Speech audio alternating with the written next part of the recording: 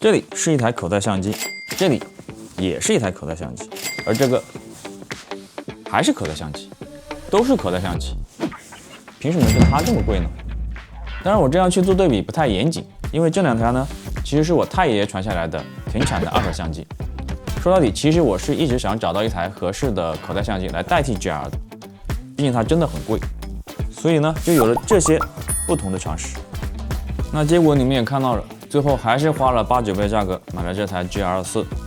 这期视频呢，我就分享一下作为一个摄影新手的 GR4 上手体验，同时也用它们来做一些简单的对比，让想找平地的朋友可以少走一些弯路。因为呢，我不是 GR3 的老用户，所以没办法做一个性能对比。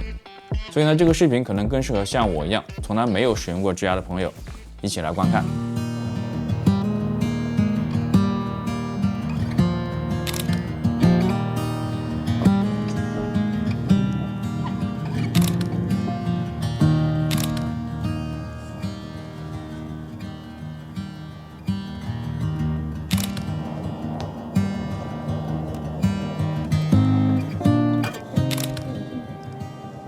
作为一台口袋相机，我们来看看它到底有多小。这是一台祖传的 iPhone Pro Max， 这个是它的体积是长10.9，宽3.2，高6.1厘米，装上电池的重量大约为262克。作为一个对比呢，这里是索尼的 C 画幅里面最轻的一台 A5100， 也是我之前一直用作 GR 平替的机器。手感上呢，因为 A5100需要安装镜头，然后它的闪光灯就在它的这个镜头的上面位置，所以呢，整体 A5100的重心会往前倾，握持感没有 GR 好。但是呢 ，GR4 背面平滑的设计，让你单手握持感觉有点摩擦力不够的感觉。所以呢，这里我搭配了一个 JJC 的热血纸柄，几十块钱的小东西，但是这样一来，你的手感就提升了不少，而且它没有挡住你的任何操作。说句实话，在对焦这一块，索尼其实是可以吊打它的。你们来感受一下10几年前的相位对焦，人脸跟踪。你们再看看 GR4，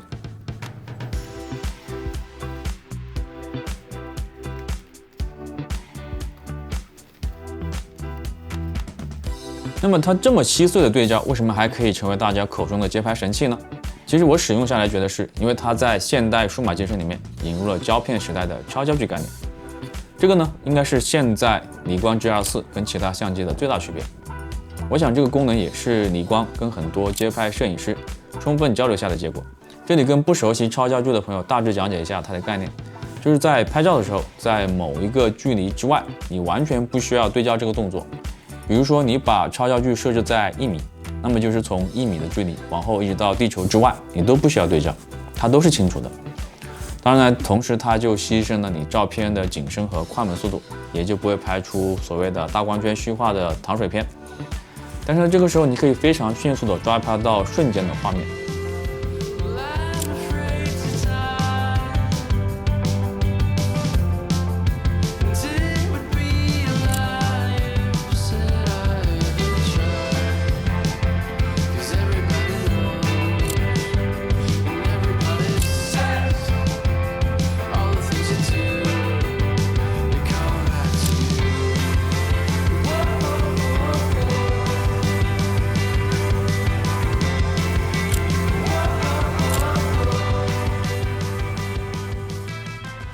以往呢，这种超焦距的使用都需要在支持的手动对焦的镜头上才会有的。这里注意一下哈，不是手动镜头就一定会有的，也不是镜头上画了对焦刻度尺它就一定是准的。在 GR4 这里呢，通过2个波轮就可以轻松实现。当然，单靠超焦距这一点是不足以成为街拍神机的。它的开机响应速度同时也是非常的快，配合它的操作逻辑，你们看这里是调节照片明暗的按钮，它的这几点结合在一起，极大的提高了抓拍的速度和准度。这个时候呢，你的相机是不需要挂在脖子上的，从口袋里拿出来就行。你要把相机一直挂在脖子上，所以你要这样马上，所以这是街拍专用。当然，大家最关心的还是它的出片效果。它呢不仅有11款 GR3 代的全部滤镜，还加载了2款全新的电影风滤镜，而且每一款滤镜里面还提供了各种风格化的调整。至于效果怎么样，你们来听一听。哇，好看耶！这里既然提到了滤镜，怎么说呢？当然，这个东西你是完全可以通过后期来制作的，包括现在使用手机也一样很方便可以做到。所以说呢，其实10几年前的索尼 A5100也可以达到同样差不多的最终出片效果。那么 GR4 这方面的意义在哪里呢？举个例子你就知道了。其实这就跟你花几小时从菜市场买菜回家洗菜、切菜、炒菜，可能到最后你还是会觉得，好像还是预制菜比较好吃，是同一个道理的。相机厂商，尤其是从胶片年代一直做到现在的，他们对用户的颜色和喜好是进行了大量长期的研究的，所以呢，他们的预制菜一般不会太难吃，因为太难吃的它早就倒闭了。当然它除外。所以对于新手小白，从网上参考一些简单的设置，它就可以轻松出片了。而对于专业的摄影师，没有哪个摄影师想每天24小时处理照片的吧？它等于让你在非工作时间就不用去烦心的后期处理照片了，只需要专注在拍照这一个事情上面，没有后期这个烦恼。然后是关于视频拍摄的这一块，我也尝试过用 GR4 来拍摄视频。按照道理，这一代它的防抖提升了，它应该也适合视频拍摄吧？事实证明我还是太年轻了，在视频拍摄方面，不管是对焦、文件规格还有裁切，它是一个都没给。其实呢，我还是蛮期待可以有一个这样大小的口袋相机，想用的时候可以随时拿出来拍摄一些随性的视频画面。它呢可以作为一些正片中的一些片段补充。我觉得这可能是理光之后的一些升级的点吧。GR5，这里我放一些 iPhone 17 Pro 的画面作为对比，我就会出一期他们俩的拍摄性能评测对比。感兴趣的朋友可以先 mark 一下。GR4 的标准版呢，搭配的是等效于28毫米 f2.8 的固定镜头。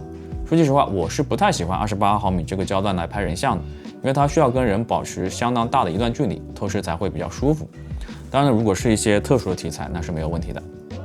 好在呢，现在它升级到了2600万像素，有了这个像素加上快捷键，可以快速的切换成35毫米和50毫米的人像焦段。在35毫米的时候，像素也保持在1500万的一个可用的范围。但是呢，在切换到50毫米焦段的时候，像素就不太可用了，因为这个时候整体的像素降低到了700万左右。这个时候我们再看看索尼，你想要啥焦段就有啥焦段。当然，这也就脱离了口袋相机这个范围了。然后来说说它最大的缺点，我觉得呢就是它的屏幕不能翻转，不能翻转呢，也就不方便自拍和调整拍摄的角度了。这一点的话，A5100就比它好，它这是一个180度的翻转屏幕，当然也就好了这么一点。你要从颜色显示啊、亮度什么来说，拿索尼来比真的是有点欺负人了。那么买了 GR4，它就只能帮别人拍照了吗？自拍的方法还是有的。这个时候呢，你只需要多准备一台手机就可以了，比如说这样。那么这么好的手机去哪里买便宜呢？然后它还有一个缺点，就说是之前每一代都有的，就是镜头里面会容易进灰的问题。我因为现在还是全新的机器，暂时还没有碰到，所以呢，保险起见，我也买的也是 JJC 他们家的一个自动镜头盖，它是可以自动打开的，还蛮方便的，可以极大的保护镜头，避免进灰的问题。好了，最后我们可以看到 GR 系列相机一直保持热卖，确实是有原因的。它小巧、稳定、高效，画质通通在线。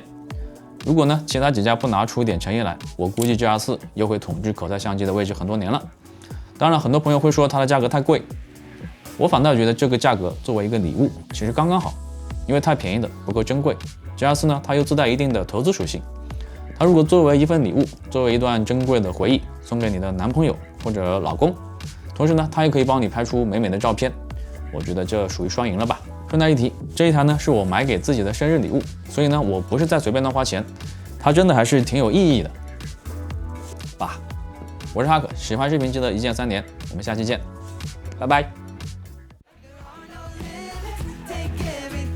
这次好不容易约到我们的模特小姐姐 Lizzy，我现在手里有2台相机，我们让她选一下哪台相机会觉得拍出来比较好看。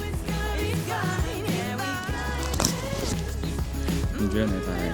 我觉得吧，这台索尼。对。你知道这台是什么吗？不知道，因为只认识索尼。好，行吧，行，那我们等会就试一下吧。